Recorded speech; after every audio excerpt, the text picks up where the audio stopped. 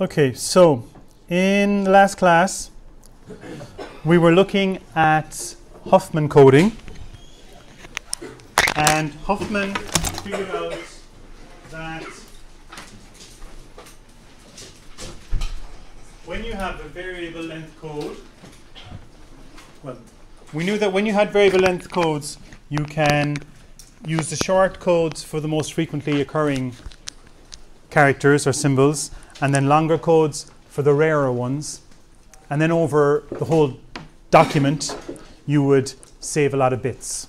And HUFFMAN figured out the algorithm for assigning the bit sequences to the characters optimally. Okay? And obviously,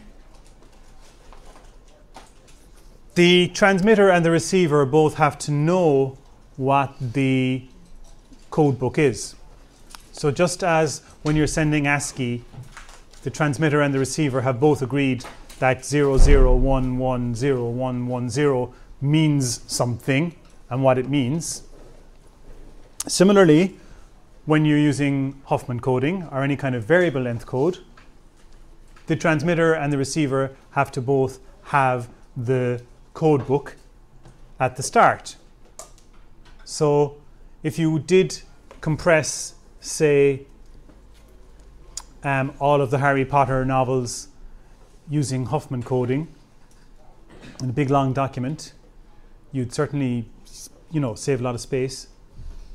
But at the very, very start, the first thing the transmitter would have to send to the receiver would be, okay, here's the sequence, here's the list of bit sequences and the characters that they represent. So an E is going to be, whenever you see 1100, that's the letter E. So that's the first thing the transmitter has to send to the receiver. Like I mentioned a few times, it's always helpful to think of these things as transmitting a message from A to B, even though in reality most of the time the medium is just a hard disk or optical disk or something. Okay? What we're going to look at now today is a very popular and powerful compression technique that is also very clever. Some of these things, when you see them, you're thinking, God, that is so clever. I could never think of something that clever. This HUFFMAN coding is very clever. This is also very clever. And this is kind of, you could see how it's coming out of the same place as HUFFMAN coding, but it's very different at the same time. So, HUFFMAN coding analyzes the text and builds up the dictionary, or the table. So you put in your book, you say to the algorithm, here's the book, scan through that and it counts up, there's this many letter A's, there's this many letter B's, this many lowercase c's, this many lowercase d's, this many spaces, this many exclamation marks. So it must have the text in advance. And then also, in advance of the communication beginning, it must transmit to the receiver the actual code book or the dictionary, whatever you want to call it. So that's an overhead as well. So what if instead of having codes for a single character, so instead of saying, well, there are lots of E's, so E is going to be 1100. Like if you look at English, TH occurs quite a lot.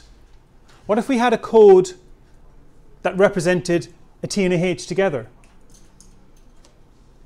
You could see how it would actually make a very interesting programming assignment if it was a programming course, to actually analyze a long document and see which pairs of characters occur a lot. Not just which letters occur the most, but which pairs of letters occur the most. Certainly we can think of some in English that occur an awful lot. T and H being some, definitely. Okay? So if we had sequences of characters in our dictionary, okay, so we might, if we analyzed some text, we might decide that E and F and G would get codes like that, and we might give hi a code all by itself. So if we were to analyze people's text messages or something, let's say we were designing a system to transmit text messages more efficiently, hi would probably be worthy of its own code. Yes would probably be worthy of its own entry know where, you know, you might get CU, pub, out, you know, all those kind of words might be worthy of a single entry in the table all by themselves. Do you get where I'm going? Do you get what I'm saying? Certain sequences of characters are going to occur a lot, and it would be worth our while having a code just for those sequences. So what Lempel and Ziv did was they designed a scheme where the transmitter and the receiver agree a system for building up tables as they go along.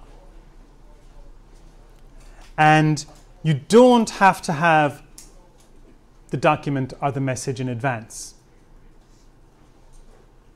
So you don't need to know it in advance. And then sequences of characters get entries in the table too. So in a way, it's a bit like HUFFMAN coding, but you literally make up the table as you go along. So you have a starting point, which might be, say, the ASCII table. And then from there, you build up a table. And so if something comes up again, you get to reuse it again.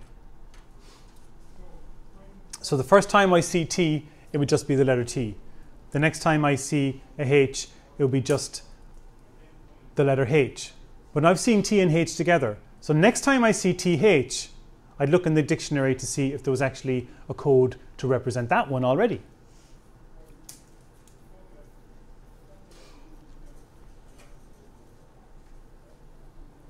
So it's very, very clever. There's some scary smart people in the world, really. Now, so Welch added to Lempel and Ziv's work, and we got the Lempel-Ziv-Welch algorithm, LZW. And with this, both the transmitter and the receiver start with the same fixed table. So just as, you know, if you and, I don't know, let's say, you know, CIT and UCC are cut off from each other by, you know, the zombie horde, and you're standing on top of the building over there, and someone is on top of the computer science building in UCC, and you can just about make out each other, and you need some system for communicating with each other, you might sensibly think, look, run downstairs and get an ASCII table. They're probably smart enough to start with that too. You know, so both the transmitter and the receiver will start with the same fixed length scheme. Probably the ASCII table. Might be extended ASCII or might be plain vanilla ASCII, but start off anyway together. Okay? And then characters are gathered into a sequence until the next character would make a sequence that isn't in the dictionary yet. And you see, it's harder to explain than it is to actually, once you see it working, you get it more easily. Okay? And then the code for the sequence without that character is transmitted, and then the new code is added to the dictionary. And it seems a bit strange to do it that way, but that allows the receiver to build up its table as well. So the transmitter and the receiver start building a table. And this is what's clever about this scheme, is that if you do it right, the receiver can build up the table in exactly the same way as the transmitter. So we'll have a look at it here. So my favorite restaurant is Wagamama, and they have, you know, they're in Dublin, London, Cork, wherever. Let us imagine that they opened up in the Australian city of Wagga, which is a real place in Australia. Okay. Now, as you can see, this is obviously a contrived example. I think if I saw Wagga, Wagamama anywhere, somewhere, I would immediately say, okay, someone is trying to show off the Lempel-Ziv-Welch algorithm.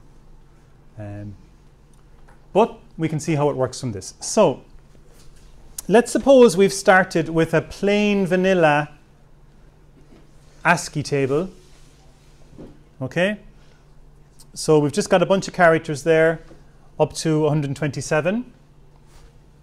And the first letter we see is W. So W is in the dictionary. We know that already. Now, we can't see it. There's another 119 characters there, okay, in the table. But we know what the ASCII table looks like. W is in the dictionary, so we keep going until an unknown sequence is encountered. Now, WA is not in the dictionary. Okay? So we'll send the code for W, which turns out to be 87, because ASCII 65, so 60, uppercase A is 65 if you work it out, 87 is uppercase W.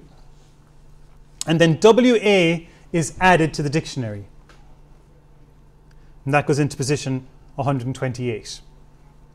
So if by some strange coincidence we were to encounter WA ever again, that would have the value 128. That would be its value. We wouldn't bother sending W and an A again. We know WA by itself can have that value there. Now, AG isn't in the dictionary. So we'll send the code for A, which is 97, lowercase a is 97. And then AG is added to the dictionary in position 129. Now, we're looking at it from the transmitter's point of view, but the receiver now, right, got a W. It knew the W was in there. We've just sent it an A now. It knew the A was in there. So it knows that we must have put WA into position 128. So the receiver is also building up this table, although it doesn't have the AG part yet. It won't have that till we send it the G. But right now the receiver knows, if we were to look at its table, it has WA in position 128 now, because we just sent it A. So that's what's clever about this. You're building up a table based on text you've never seen. You're making it up as you go along, but you've organized it in such a way that the receiver can also build the exact same table as it goes along based on what you're sending it. So AG is added to the table there at 129. GG isn't in the dictionary, so we'll send the code for G and we'll add GG to the dictionary. GA isn't in the dictionary, so we'll send the code for G, which is 103, and we'll add GA to the dictionary. And A space isn't in the dictionary, so we'll send the code for A, which is 97, and we'll add A space to the dictionary. And space W isn't in the dictionary. We'll send to the receiver 32, which is the value for space, and space W is added to the dictionary.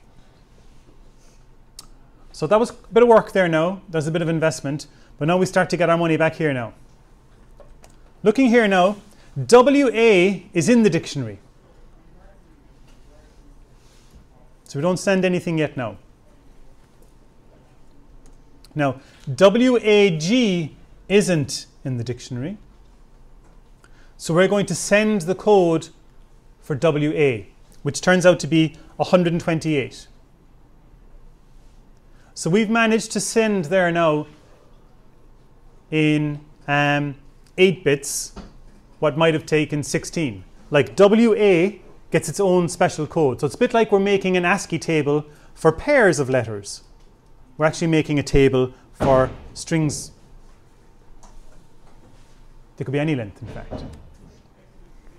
Okay, so we add WAG to the dictionary. So if ever we see WAG again, we're going to send just 134 instead of sending the code for W, the code for A, and the code for G. GG is in the dictionary, so we keep going.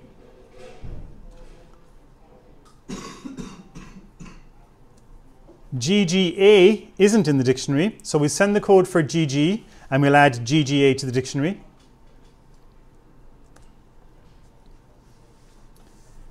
A space is in the dictionary, so we keep going.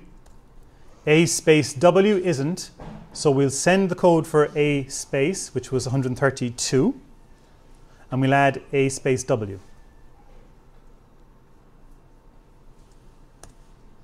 W is in the dictionary, so we keep going. WA is in the dictionary, so we just keep going. WAG is in the dictionary, so we keep going. It's pretty now Wagamama doesn't have 2 G's in it. We could really push the boat out. Okay. WAGA isn't in the dictionary, so we send the code for WAG, which is 135. So 135 there now would have been 8 bits. We would have needed to send that. And we've sent 3 characters in just 8 bits. Normally that would have been 24 bits.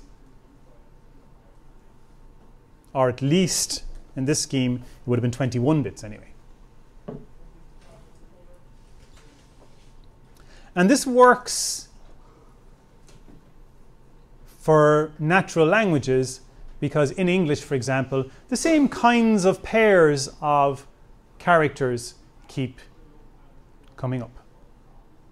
So if you were sending the Harry Potter books using LZW, eventually, well, not very, I mean very soon, there would be just a short sequence of bits that's the whole word Harry and the whole word Dumbledore. Instead of spelling each character Dumbledore, you just have, you know, a couple of bits, and that couple of bits would stand for Dumbledore and Hogwarts and Quidditch. And these words would keep coming up again and again and again. So every time one of those words comes up, you're just going to look for the code for it in the table. And it's very interesting if you actually see one of these things working live. It's shocking how frequently we use the same words over and over again. Obviously, "the" is going to get used a lot, you know. But even you know, big, complex, unusual words. So you can imagine in Harry Potter, the same words keep coming up over and over and over again. Except each new book, there's a few new words, a few new characters. So we sent 135, which represented WAG, and we add Wagga to the dictionary. Probably nothing new then anymore. So A is in the dictionary. Did I do that right? Yeah, so we added Wagga to the dictionary. Okay, A is in the dictionary, so we keep going. AM is not in the dictionary. So we send the code for A, which is 97, and we'll add AM to the dictionary. M is in the dictionary. MA is not in the dictionary, is it? No. So we send the code for M, which was 109. Lowercase m was 109. We'll add MA to the dictionary. Keep going. A is in the dictionary. AM is already in the dictionary. AMA isn't. So we send the code for AM to, which turned out to be 138. We put that in earlier. Then we add AMA to the dictionary. Now, and then we do need a way to kind of finish off. Okay, just that's wrong there. You can see missing something there. No. So in this example, the receiver got 87, 97, 103, 103, 97, 32, 128. So 87 was W, A was, 97 was A, 103 was G, 103 was G, 97 was A, 32 was space. Now 128 wasn't an ASCII character, that was something new that was added to the table. But as the receiver was going along, it added, as the receiver was receiving all those characters, it was building up the table in parallel. Although as we saw, there was a slight little lag there. Okay? So the receiver needs to build the dictionary as it goes along. And so what it does is, it concatenates the string just output with the first letter from the next decoded value. And it adds that string to the table. So that's the receiver's algorithm for building the table. It doesn't come up until here. So like here it did, we got W, we got A, and then it put WA into position 128. 103, we got AG into position 129, and GA would have been 130. Does that sound right? WA, GA. Yeah, that's right. Okay. Now, some trivial issues. You may need to kind of you have to kind of sort out some sort of end of file thing. You know, that's not a big deal. The dictionary keeps getting added to all the time, and you might decide that over the entire course of all of the Harry Potter books that it's getting a bit unwieldy. Particularly if there's a word that was used on the first page of the first book and then is never heard from again. You might need some sort of a scheme where you kill off entries in the table. You might decide to do something like if an entry in the table hasn't been used for the last 1,000 characters, kill it off and that space becomes available to use again. So you may need some scheme for pruning the table. And the reason you'd want to do that is that when the table had only 127 characters, 127 characters in it, each character could be represented with 8 bits. When we go up to 128 to 256 entries in the table, you're looking at 8 bits. If you went from there to 1024, you're looking at 9 bits. So you have these cutoff points where if you go beyond them, things start getting much more expensive all of a sudden. So you wouldn't want to have a table that had 65,000 entries in it. It just becomes unprofitable. So you might decide, to adopt a use it or lose it policy. So there's an entry in the table. If it doesn't get used for a long time, boom, it's gone. That space is opened up for something that's potentially more useful. So, by the end of the first Harry Potter book, you may have a table that's ideally suited and very efficient for the other, how many there are. Okay? It doesn't really matter what you do, but obviously the transmitter and the receiver have to have agreed the scheme in advance. You just can't at the transmitter side say, okay, throwing that entry out and putting in a new one here, and let the receiver figure it out. You have to have that scheme devised in advance. So depending on the kind of data and stuff, that may become an issue. You certainly don't want your table to grow to an infinite size. You would have to put some sort of a limit on it. And so then when new things come along, what do you do? Well, you throw out something. Okay? So, let's assume we started with a vanilla ASCII table. Who is this person here? See if you can figure that out.